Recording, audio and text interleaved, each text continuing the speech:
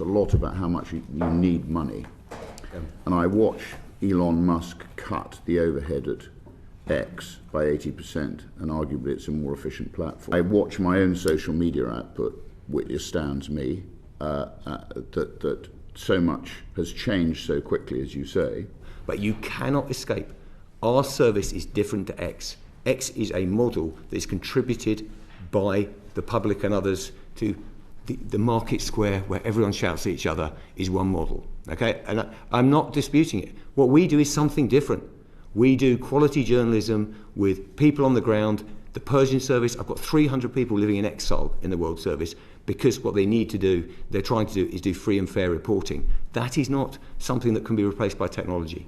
I'm concerned that what we're seeing is a changing demographic. Young people don't trust the BBC, in my opinion. That's quite clear. They get their news and their media and their information from all sorts of platforms. It's about saying people, even groups don't trust us. That's not where the evidence is at the moment. It says it's under pressure around traditional media operations, but actually globally, among all age groups, trust levels are high, and we should protect that. You'll find, Tim, the young don't go to the BBC. What's your take on this heated exchange? Who made the strongest argument? Drop your thoughts in the comments and join the debate below. We found in our last report, Tim, that only 51% of the young get their information from the BBC. That is a shocking statistic. Whenever I sit around this table, all state entities, all they ever want to do is hurl cash at the situation, hire more people. Not the digital age means you don't need to hire more people. You don't necessarily need more cash. What you need is more intellect. And the question is, are you actually able to judge? Are you able to judge that you are delivering using the digital revolution, which has changed everything? Are we discussing it daily, if not most hours of the day? But you can't judge it if you haven't got the information. Bear with me. It's just there's a lot in what you said, because the other thing is the efficiency of. I don't think there's any naivety in the BBC around. You just chuck more people at a problem, yeah, and that's how you solve it. And but hold on. Push back at me on the facts, because during this period we have taken 1,800 people out of the BBC public service, and we have to build trust in everyone that we are an efficient operation. But honestly, any benchmarks, any assessment of the BBC, I think we should be proud of what we're doing in terms of our cost benchmark. Well, I haven't got much more time because I can feel the chairman itching on my left here. What you just watched wasn't a routine parliamentary exchange. It was a direct ideological clash over the future of one of the most influential public institutions in the United Kingdom. And Rupert Lowe made it very clear from the outset that he sees the BBC not as untouchable, but as an organization under serious pressure to justify its existence in a rapidly changing media world. From the very beginning, Lowe frames his argument through the lens of disruption. He references the transformation of social media platforms, pointing to Elon Musk's restructuring of X as an example of how modern platforms are being forced to become leaner, faster, and more efficient. His underlying message is not just about cost-cutting, it is about survival in the digital age. In his view, legacy institutions like the BBC cannot rely on size, history, or public funding alone. They must adapt or risk losing relevance entirely. But the BBC chief immediately pushes back against that framing. His argument is rooted in institutional identity. He draws a sharp distinction between social media platforms and public service journalism. In his view, platforms like X represent a chaotic market square where information is uncontrolled and opinion-driven, while the BBC is built on structured journalism, verification, and on-the-ground reporting. He emphasizes that the organization's global services, including teams working in exile under dangerous conditions, cannot simply be replaced by technology or automated systems. This is where the first real fault line appears in the debate. Lowe is focused on efficiency, scale reduction, and digital transformation. The BBC response is focused on mission, responsibility, and journalistic integrity.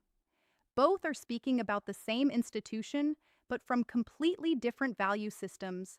The conversation intensifies when the discussion shifts to public trust, especially among younger audiences. Lowe argues that younger generations are increasingly disconnected from the BBC, consuming news through alternative platforms and fragmented digital sources. He presents this as evidence of a structural decline in relevance. For him, the statistics showing only around half of young people relying on the BBC is not just concerning, it is a warning sign that the institution is losing its future audience base. The BBC chief, however, challenges this interpretation. He cautions against broad conclusions about lack of trust, arguing that the evidence suggests something more nuanced. Traditional media is under pressure globally, but the BBC still maintains relatively strong trust levels across demographics. In his view, the real issue is not collapse, but adaptation in a fragmented media ecosystem. Another key tension point emerges around efficiency and staffing.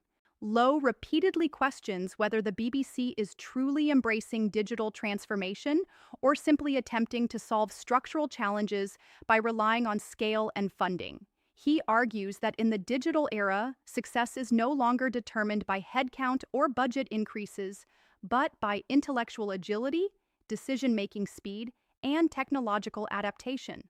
The BBC chief responds by rejecting the idea that the organization is inefficient or unaware of these pressures.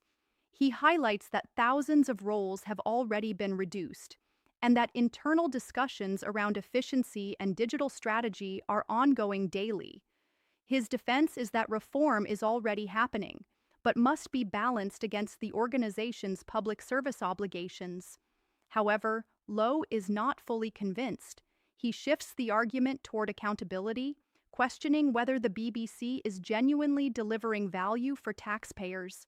He raises concerns about long-term sustainability, suggesting that the institution risks becoming disconnected from public expectations if it fails to modernize at the pace of digital change. As the exchange moves forward, it becomes less about specific policy points and more about institutional philosophy. Lowe presents a vision of a streamlined, digitally adaptive media landscape where traditional structures are reduced and efficiency is prioritized. The BBC chief presents a counter-vision where journalism, credibility, and global reporting infrastructure remain essential, even if they are expensive and complex to maintain. The debate reaches its most critical moment when broader questions of public trust, monopoly power, and institutional responsibility are raised. Lowe warns that the BBC must take public concerns seriously and adapt to avoid long-term decline. The BBC response remains focused on defending its legitimacy and emphasizing its continued global relevance.